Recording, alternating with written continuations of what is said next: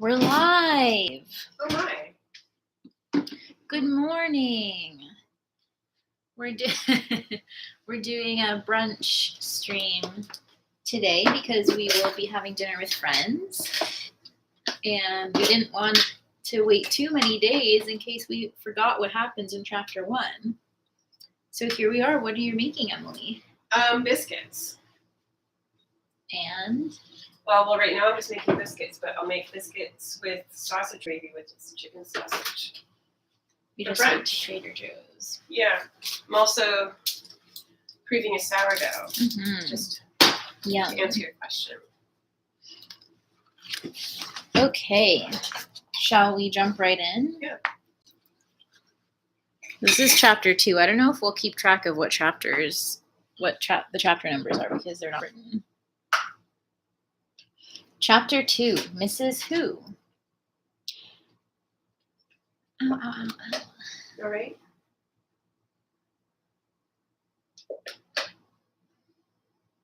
You want to sit? No, I just need to. Sometimes I get these,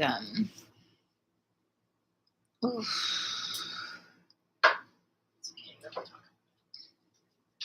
I wish I could pause it. Okay.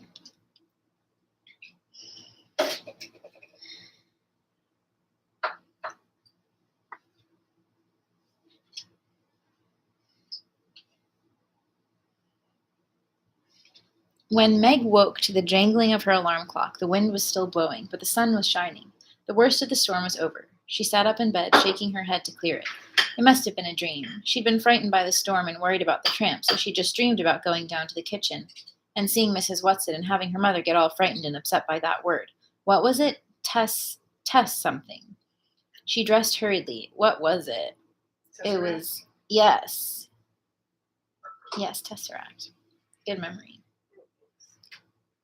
She dressed hurriedly, picked up the kitten. Picked up the kitten. Still,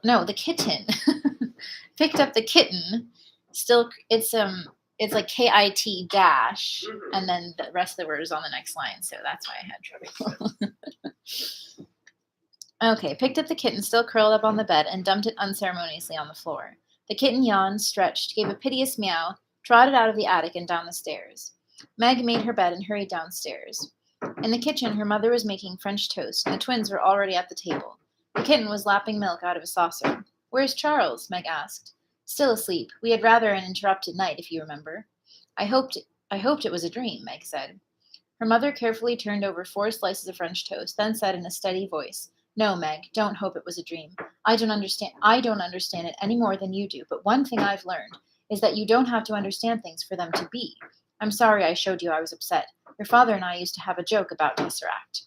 "What is a tesseract?" Meg asked. "It's a concept."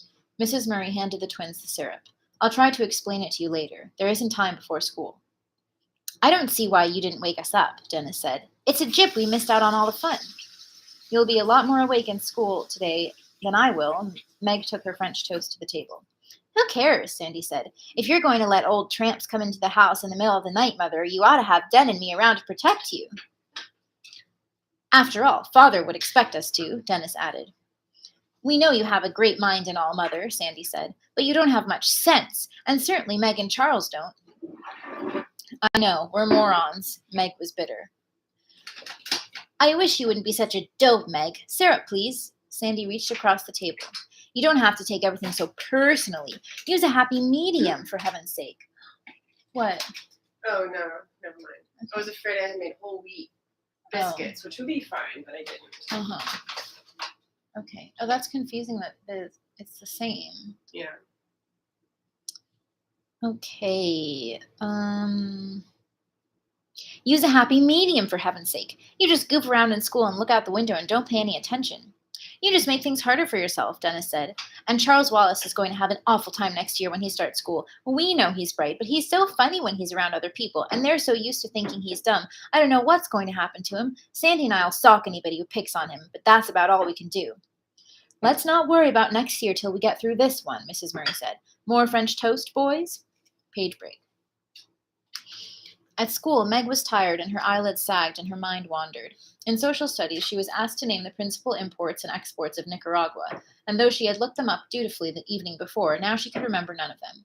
The teacher was sarcastic, the rest of the class laughed, and she flung herself down in her seat in a fury. That's so mean. Yeah. Who cares about the imports and exports of Nicaragua anyhow, she muttered. If you're going to be rude, Margaret, you may leave the room, the teacher said. Okay, I will, Meg flounced out. During study hall, the principal sent for her. What seems to be the problem now, Meg? He asked, pleasantly enough. Meg looked sulkily down at the floor. Nothing, Mr. Jenkins. Miss Porter tells me you were inexcusably rude. Meg shrugged. Don't you realize that you just make everything harder for yourself by your attitude? The principal asked. Now, Meg, I'm convinced that you can do the work and keep up with your grade if you will apply yourself, but some of your teachers are not. You're going to have to do something about yourself. Nobody can do it for you. Meg was silent. Well, what about it, Meg? I don't know what to do, Meg said. You could do your homework, for one thing. Wouldn't your mother help you? If I asked her to.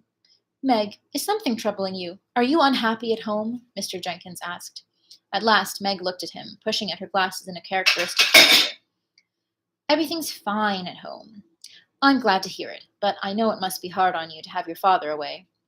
Meg eyed the principal warily and ran her tongue over the barbed line of her braces. Have you had any news from him lately? Meg was sure it was not only imagination that made her feel that behind Mr. Jenkins' surface concern was a gleam of avid curiosity. Wouldn't he like to know, she thought, and if I knew anything, he's the last person I'd tell. Well, one of the last. The postmistress must know that it was almost a year now since the last letter, and heaven knows how many people she'd told, or what unkind guesses she'd made about the reason for the long silence. Mr. Jenkins waited for an answer, but Meg only shrugged. Just what was your father's line of business? Mr. Jenkins asked. Some kind of scientist, wasn't he? He is a physicist. Meg bared her teeth to reveal the two ferocious lines of braces. Meg, don't you think you'd make a better adjustment to life if you faced facts? I do face facts, Meg said. They're lots easier to face than people, I can tell you. Then why don't you face facts about your father? You leave my father out of it, Meg shouted. Stop bellowing, Mr. Jenkins said sharply. Do you want the entire school to hear you? So what? Meg demanded. I'm not ashamed of anything I'm saying. Are you? Mr. Jenkins sighed. Do you enjoy being the most belligerent, uncooperative child in school? Meg ignored this. She leaned over the desk toward the principal. Mr. Jenkins, you've met my mother, haven't you? You can't accuse her of not facing facts, can you? She's a scientist. She has doctorate degrees in both biology and bacteriology. Her business is facts. When she tells me that my father isn't coming home, I'll believe it. As long as she says father is coming home, then I'll believe that. Mr. Jenkins sighed again. No doubt your mother wants to believe that your father is coming home, Meg. Very well, I can't do anything else with you. Go on back to study hall. Try to be a little less antagonistic. Maybe your work would improve if your general attitude were more tractable. Page break.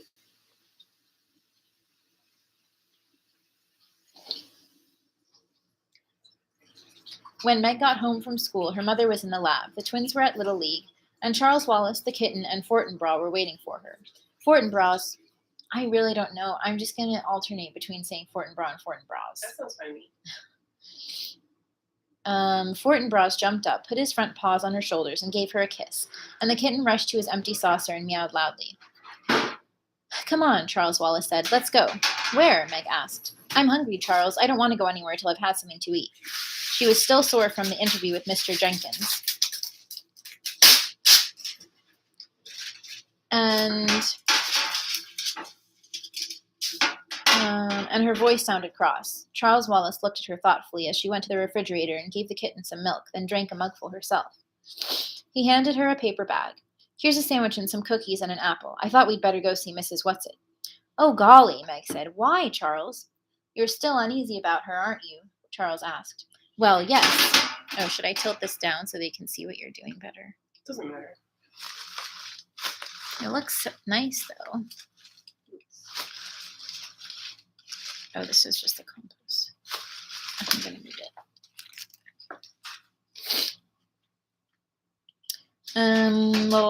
Well, yes. Don't be. She's all right. I promise you. She's on our side. How do you know? Meg, he said impatiently, I know. But why should we go see her now? I want to find out more about that tesseract thing. Didn't you see how it upset Mother? You know when Mother can't control the way she feels. When she lets us see she's upset, then it's something big. Meg thought for a moment. Okay, let's go, but let's take Fortinbras with us. Well, of course, he needs the exercise. They set off, Fortinbras rushing ahead, then doubling back to the two children, then leaping off again. The Murrays lived about 4 miles out of the village. Behind the house was a pine woods, and it was through this that Charles Wallace took Meg. Charles, you know she's going to get in awful trouble, Mrs. Whatsit, I mean, if they find out she's broken into the haunted house, and taking Mrs. Buncombe's sheets and everything. They could send her to jail. One of the reasons I want to go over this afternoon is to warn them. Then, I told you she was there with her 2 friends. I'm not even sure it was Mrs. Whatsit herself who took the sheets, though I wouldn't put it past her. But what would she want all those sheets for? I intend to ask her, Charles Wallace said, and to tell them they'd better be more careful. I don't really think they'll let anybody find them, but I just thought we ought to mention the possibility. Sometimes during vacation, some of the boys go out there looking for thrills, but I don't think anybody's apt to right now. What with basketball and everything. They walked in silence for a moment, through the fragrant woods, the rusty pine needles gentle under their feet. Up above them, the wind made music in the branches. Charles Wallace slipped his hand confidingly in Meg's, and the sweet little boy gesture warmed her so that she felt the tense knot inside her begin to loosen. Charles loves me at any rate, she thought. School awful again today? He asked after a while. Yes, I got sent to Mr. Jenkins. He made snide remarks about father. Charles Wallace nodded sagely. I know. How do you know? Charles Wallace shook his head. I can't quite explain. You tell me, that's all. But I never say anything. You just seem to know. Everything about you tells me, Charles said. How about the twins? Meg asked. Do you know about them, too?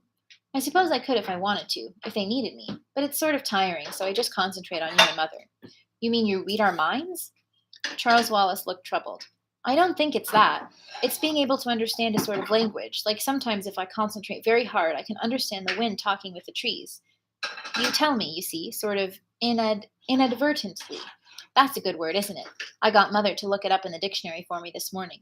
I really must learn to read, except I'm afraid it will make it awfully hard for me in school next year if I already know things. I think it will be better if people go on thinking I'm not very bright. They won't hate me quite so much. Ahead of them, Fortinbras started barking loudly, the warning bay that usually told them that a car was coming up the road or that someone was at the door. Somebody's here, Charles Wallace said sharply. Somebody's hanging around the house. Come on. He started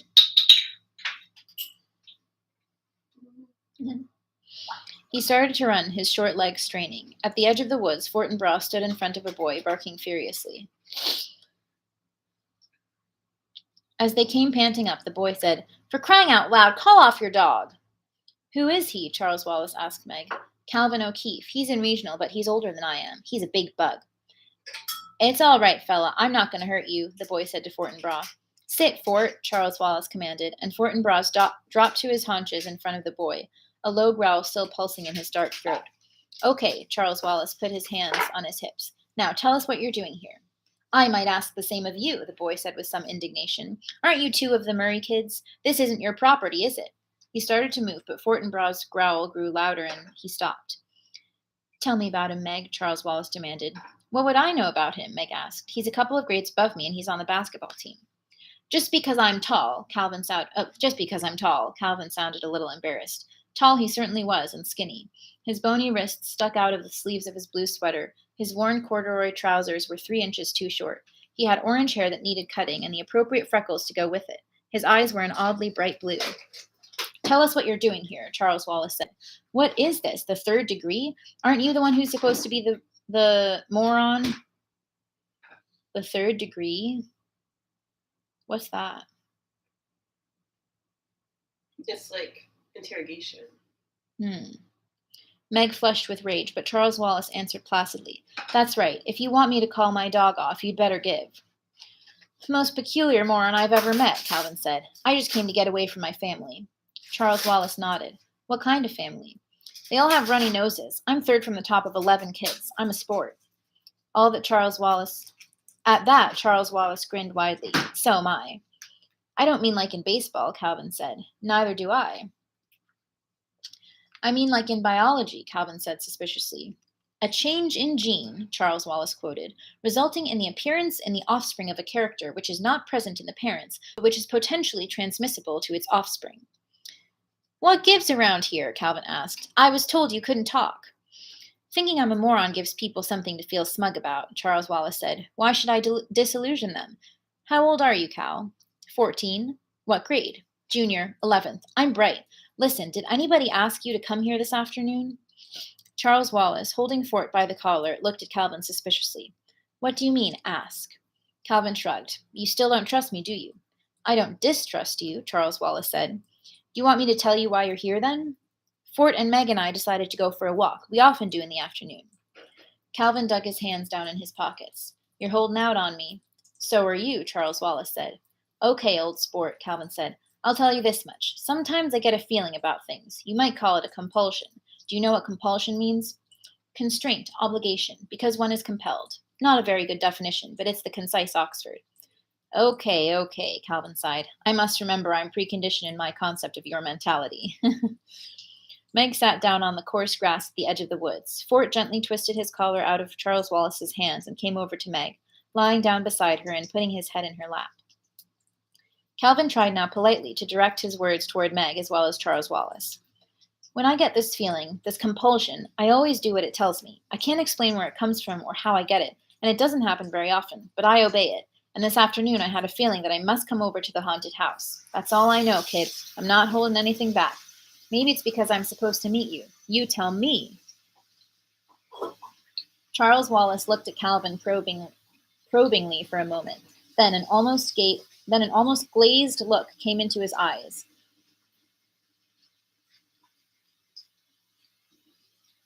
And he seemed to be thinking at him. Calvin stood very still and waited. At last, Charles Wallace said, Okay, I believe you, but I can't tell you. I think I'd like to trust you. Maybe you'd better come home with us and have dinner. Well, sure, but what would your mother say to that? Calvin asked. She'd be delighted. Mother's all right. She's not one of us, but she's all right. What about Meg? Meg has it tough, Charles Wallace said. She's not really one thing or the other. What do you mean, one of us? Meg demanded. What do you mean I'm not one thing or the other? Not now, Meg, Charles Wallace said. Slowly. I'll tell you about it later. He looked at Calvin, then seemed to make a quick decision. Okay, let's take him to meet Mrs. Whatsit. If he's not okay, she'll know. He started off on his short legs toward the dilapidated old house. The haunted house was half in the shadows of the clump of elms in which it stood. The elms were almost bare now, and the ground around the house was yellow with damp leaves.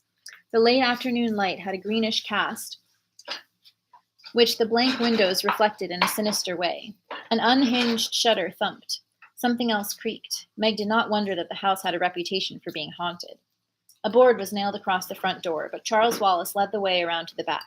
The door there appeared to be nailed shut too, but Charles Wallace knocked, and the door swung slowly outward, creaking on rusty hinges. Bless you. Bless you. Thank you. Up in one of the elms, an old black crow gave its raucous cry, and a woodpecker went into a wild rat-a-tat-tat. Rat-a-tat-tat.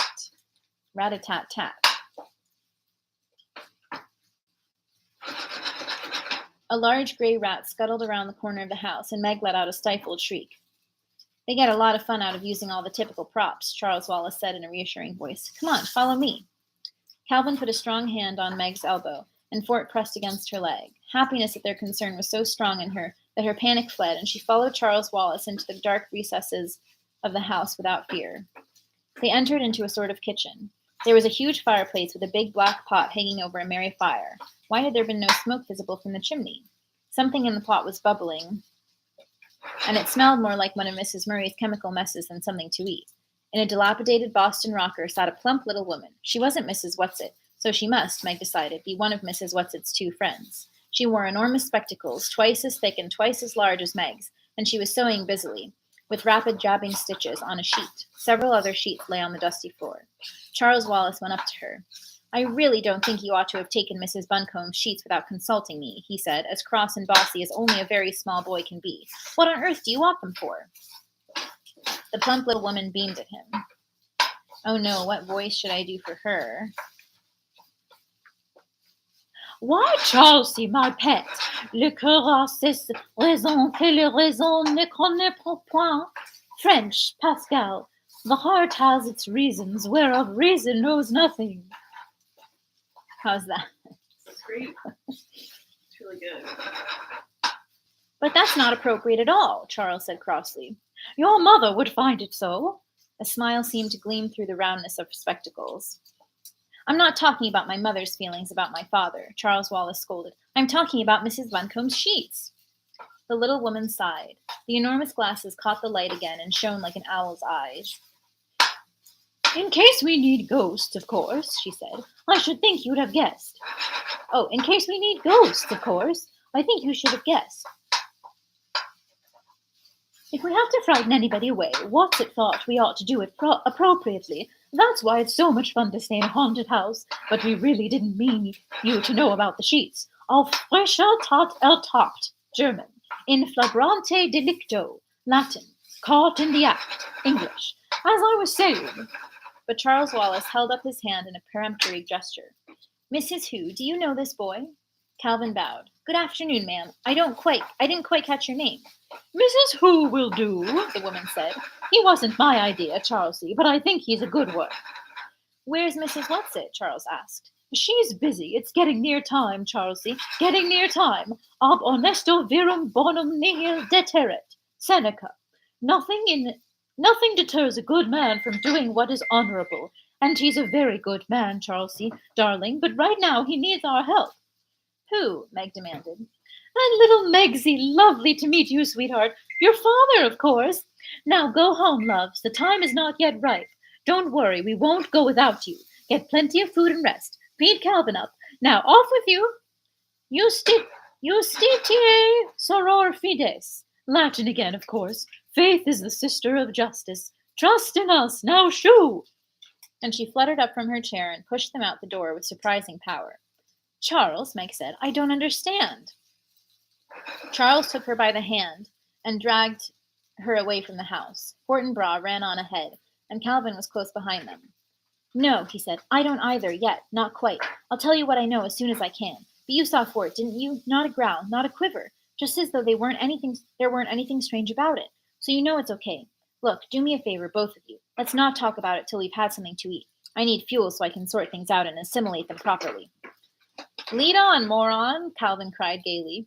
I've never even seen your house, and I have the funniest feeling that for the first time in my life I'm going home.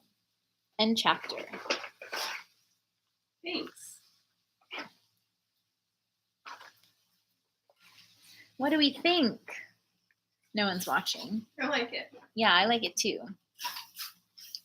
It's kind of like, you can tell it was like the 60s or whatever, or the 50s maybe even. I guess, was it 62? Yeah. And yeah, it's exciting. And mysterious. And they're intuitive and autistic. Yeah. All right, well, that's it for this chapter. Thanks for watching, and we'll see you next time. Woo.